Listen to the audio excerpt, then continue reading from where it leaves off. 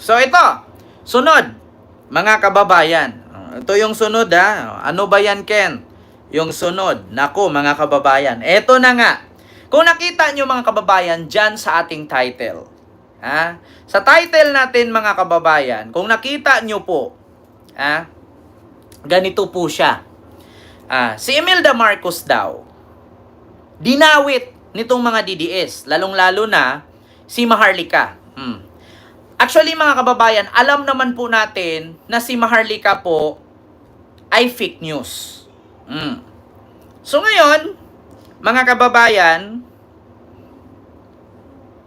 pinagpilitan nila na kaya daw po naudlot at naunsami ang paglaya ni Digong dyan sa ICC dahil daw si Kaufman ay makamarcos. Yeah? Dahil daw si Kaufman ay makamarcos. Bangag daw itong si Nicholas Kaufman. Mga kababayan, bangag daw. Paano ba nasabing bangag? Kasi ang sabi nila, si Nicholas Kaufman daw ay dating abogado ni ginang or unang ginang Imelda Marcos. Kaya daw naunsami itong paglaya ni Digong kasi daw tuta or hawak daw ni Marcos itong si Kaufman na abogado ni Digong. Yun ang sabi ng mga DDS. So ito po mga kababayan. Nakalagay po dito mga kababayan sa Philippines.news. Ayan. So ito, Nicholas Kaufman. Basahin ko lang mga kababayan. Ito po ay mula sa Philippine News. Duterte ICC lawyer Nicholas Kaufman, also former counsel of Imelda Marcos. So Nicholas Kaufman, Duterte's ICC lawyer, is speak on past meeting with Imelda Marcos. So meeting lang naman. Ngayon, sabi ko sa inyo mga kababayan, hindi talaga titigil itong mga DDS hanggat hindi nila mai-connect dito si PBBM. Bakit? Nakalagay dito. Una, Duterte ICC lawyer Kaufman confirmed that he has served as a legal counsel of former First Lady Imelda Marcos several years ago. According daw ito mga kababayan sa pag-interview doon sa isang vlogger na si, ano ba yung pangalan nun? Mga kababayan, yung vlogger doon sa Netherlands na tourism, ano ba yun? Albin Tourism. Mga kababayan, ito po sa Mindanao Times. Post po ito ng Mindanao Times, mga kababayan. Wait lang, naglo-loading lang. So, ayan. Mindanao Times po yan, mga kababayan. Basahin ko. Duterte lead counsel refutes delaying tactics, accusation addresses Imelda Marcos connection. Kaya daw nagdi-delay itong paglaya or naunsami or naudlot ang paglaya ni Digong kasi daw hawak daw ng mga Marcos itong si Kaufman.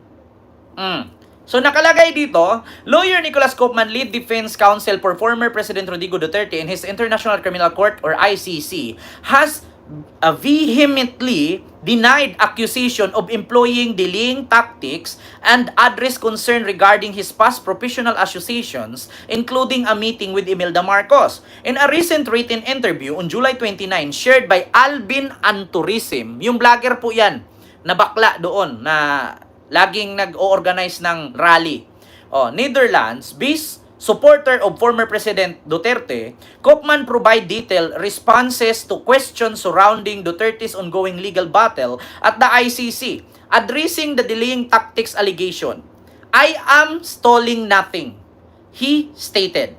He clarified that he would not pursue a request for interim release while being prevented from accessing information which I believe to be crucial to obtaining the object, while unable to elaborate on the precise nature of the information. He indicated that these delays are not attributable for the defense, emphasizing his commitment to true presentation. I am not going to apologize for doing my job truthfully, even if it is not an appease required by the others. Kopman asserted, adding that the former president is fully informed of consent to his team's activity on his behalf. So ngayon, ito nakalagay mga kababayan. Kaya ngayon, binanatan daw ni Kopman si Harry Roque at sinabi ni Kopman dito na involving daw na crisis scheme. Tapos ito na, nakalagay dito mga kababayan. He described the prosecution case, fantastic jury indicate perpetration which posits that crime were committed by others or subordinated for the former president. Supposed domineering control and enacted pursuant on an elaborate criminal plan. So nakalagay dito mga kababayan na si Kopman daw ay nakipag-meeting kay Imelda Marcos sa Maynila 13 years ago. According dito sa tinanong daw siya nung Alvin the tourism, yung vlogger doon na bakla. He directed address the interview, as you know, Alvin, we visit the former president on a daily basis. You see us coming out of the prison regularly and you are our best witness to the fact that this statement and rumors are malicious lies. Kasi delaying tactic daw ang ginagawa. So ito po mga kababayan, so according sa tinanong ng vlogger, nakalagay dito, he further noted that this meeting occurred before the Duterte family was recognized as a political force to be reckoned with the Philippines. Kasi nakalagay dito, responding to a question regarding to a Forbes Africa article. So tinanong daw siya nung vlogger, mga kababayan, kung totoo ba ang nakalagay doon sa Forbes Africa article and potential conflicts of interest due to his previous client, particularly a meeting with Imelda Marcos. Kopman was unequivocal. So hindi daw nagsasalita si Kopman dito. So maya-maya sinagot daw ni Kopman, the former president is fully aware of my former client. Alam daw ni Digong ito na client ni Kopman noon si Imelda. So hindi naman kukunin ni Digong yan or ni Sara kung hindi sinabi ni Kopman na, actually, I am the lawyer before. I am a counsel, part of a counsel of Imelda Marcos. You know that? The mother of the president right now? Syempre isasabi niya, ikaw ba naman negosyante? Si Vicky Bello nga, mga kababayan, na biktima sa Europe eh. Di ba? Gawin nilang issue yan na dili-dili at hindi makalaya dahil hawak ni Marcos, tuta ni Imelda. Ganunin nila yan, mga kababayan. Kung naalala nyo, si Vicky Bello nga na biktima ng isang sales stock ng isang derma. Do you know her, Vicky Bello, in the Philippines, using this kind of machine? Pero hindi alam nung dermatologist na nagaganon-ganon sa mukha na si Vicky Bello pala yun. Diba? Kung si Kopman, syempre, pag sinabi niya, are you the president of the Philippines? Yes. You know why? You know what? Before, I am the lawyer also of Imelda Marcos. Syempre, ipaalam niya para siya yung kunin. Kasi si Kopman, yan ang kanyang trabaho. Lawyer. So, kailangan niya ng kliyente para kumita siya. So, ngayon, para kunin siya ni Duterte, magpakilala siya na may mga hinahawakan siya na Pinoy din katulad ni Digong. Isa na si Imelda. So, sabi dito ni Kopman, mga kababayan, na he stated that former president is fully aware. Di ba? Ayan, stated, fully aware. Fully aware of my former client and also knows that my meeting with Imelda Marcos took place more than 13 years ago over a Chinese meal in Manila. So sinabi pala ni Kopman ito kay Digong at fully aware daw si Digong na nakipag-meeting si Kopman kay Imelda Marcos sa isang Chinese restaurant sa Maynila. So anong issue doon? Ang issue doon, delaying tactic? Delaying tactic ba ang ganon? Porkit naging lawyer ni Imelda si Nicholas Kopman. At take note, anong sabi ni Kopman dito? Nagkita daw sila ni Imelda 13 years ago sa Manila. He further noted that this meeting occurred before the Duterte family was recognized as a political force. So hindi pa daw kilala ang Duterte family doon na meron pala silang ganitong grupo ng politika. Or hindi pa si Digong president at the time, 13 years ago. Di ba? Hindi pa presidente. si Digong at that time at hindi pa daw kilala. Wala pa daw ganung nabuo. Kasi si Digong kilala lang sa Davao. Di ba? At hindi. Kaya nga may kasabihan tayo mga kababayan, maliit lang po talaga ang mundo. Kung dati, nasa taas ka, magugulat ka ngayon, bigla kang bumagsak. Di ba? Oo. Tandaan ninyo, ang dagat hindi laging high tide, naglo-low tide din. Oh. Yan, alam nyo sa totoo lang, hindi natin lubos akalain. Ang liit talaga ng mundo. Na ang lawyer ni Digong ngayon ay lawyer pala ni Imelda doon. Bakit ba yan nangyari? Dahil po yan sa kabubuhan at katangahan ni Digong at kayabangan niya. Ikaw ba naman murahin mo yung Diyos? Sisingilin ka talaga ng Diyos. Diya? Ikaw ba naman bastusin mo ang kapwa mo Pilipino at patayin mo walang due process? Talagang pagbayaran mo ang kasalanan ginawa mo. Di ba? Kaya tandaan ninyo, ang dagat hindi lang nag-high tide, naglulutay din. Kung dating presidente ka at ang liit lang ng mundo. Di ba? Si Imelda, di mo lubos akalain na si Imelda pala, lawyer pala niya si Kopman noon, nagiging lawyer ni Digong ngayon. Di ba? Hindi mo lubos akalain yun? Oh, hindi mo nga alam na ang tatay mo may anak sa labas, magugulat ka, naging jowa mo. Yeah, kasi hindi mo kilala na anak pala siya ng tatay mo sa labas. Di ba? May mga ganyang senaryo, mga kababayan? Hindi mo lubos akalain na meron palang ganyan. Di ba? Am I right? Mr. Chair? Hindi mo lubos akalain na meron palang ganun Meron nga mga senaryo, mga kababayan, na pangyayari na minsan, di ba? Minsan, yung naging jowa mo, anak pala ng tatay mo.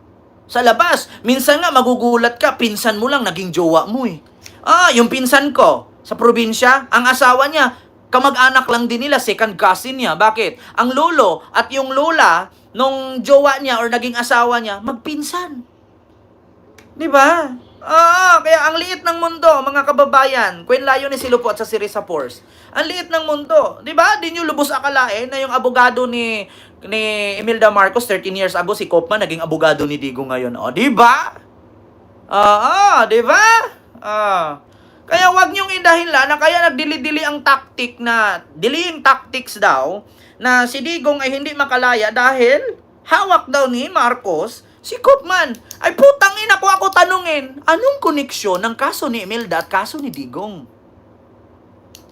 Sige na, ang kaso ni Imelda, pag sinabi natin kaso ni Imelda, trial of the century yun. So, pag sinabi natin trial of the century, yan yung mga ari-arian nila sa Amerika. Diba? Na inagaw ng PCGG at yung mga alahas na na-confiscate sa Hawaii. Yun yung kaso. Ang kaso ni Digong ay yung pagpatay niya dito sa Pilipinas na hindi niya dinaan sa due process. At take note yung trial of the century sa Amerika ni Imelda ay hindi po si Kopman ang lawyer niya doon. Kundi syempre, bago tayo mag-live, mga kababayan, sinesearch ko talaga agad. Paano naging connection si Kopman? Kung sinabi naman ni Kopman na may connection siya kay Imelda, yes, tanggapin natin. Pero dito po nakalagay, mga kababayan, ang naging lawyer po ni Imelda sa trial of the century ay si ito. Jerry Spence. Ayan syempre nag-Wikipedia tayo. Ang lawyer po ni Imelda na nagpapa-acquit, ang nagpa-acquit sa kanya ay ito po. Wait lang. Full case decided verdict. Ayan. Acquitted on all charge. Ayan. Ang defendant niya, Imelda Marcos, siya ang defendant. And then, sinong judge sitting? Si John F. Keenan. And then, ang nagpa-acquit sa kanya ay si Jerry Spence. Oo. Yan po ang naghawak ng kaso. Si Jerry Spence. Ayan po, mga kababayan. Ang naghawak ng kaso ni Imelda sa trial of the century. Ayan po, logo po yan ng United States of America. Siyempre, matalino tayo, hindi tayo katulad sa DDS na nakabasa lang ng Forbes Africa, issue agad. Hindi So, anong kinalaman ni Imelda doon kung hindi makalabas si Digong? Anong power ni PBBM kung hindi makalabas si Digong? Ulitin ko, mga DDS, nabubo tanga-tanga, inutil, utu-uto, hampas lupa, mga putang ina ninyo. Ulitin ko. Anong kapangyarihan ni Marcos para i-delay at hindi palayain si Duterte? Anong kapangyarihan? Kung may kapangyarihan si Marcos dyan at kung may koneksyon si Marcos dyan sa ICC, di sana hinatid na ng ICC si Duterte para hindi sila magproblema dyan, kabaho-baho na ng kwarto ni Digong, walang ligo-ligo. Di ba? Amoy bulok na banig na yan dyan. Amoy alimongpong. Di ba? Kung ako taga-ICC, hindi ko pahirapan sarili ko. Kami gagastos magpagamot niyan. Walang ligo-ligo, walang toothbrush, walang palit-palit ng brief. Amoy alimongpong, amoy banig na yung kwarto, nasupokit na yung kahit langaw, hindi na magtagal sa loob. Di kung may connection si Marcos, di surrender ko na lang mo. Ako yung taga-ICC, mga dipoga, mga lintian, boga, pesting yawa, gid ba kayo mga DDS, kayo mga bobo kayo? Kung ako yung taga-ICC, sino ba naman mag-ipit-ipit sa tao na yung kabaho-baho ng kwarto, walang ligo, walang toothbrush, walang palit-palit brief. Hindi na natin alam na tumain na yata sa short yan amoy alipombra na. Hindi na nga, Diyos me yung Marimar, sa tingin ninyo sa kalagayan ni Digo ngayon, makapunta pa ng CR maglinis ng puwet yan? Hindi na halos makatayo yan. Tandaan ninyo mga DDS, just try to imagine, sa ganyan katanda na sabi ni Hanilit na hindi natatayo halos, hindi na natutulog, ayaw na niya sa kwarto niya. Sa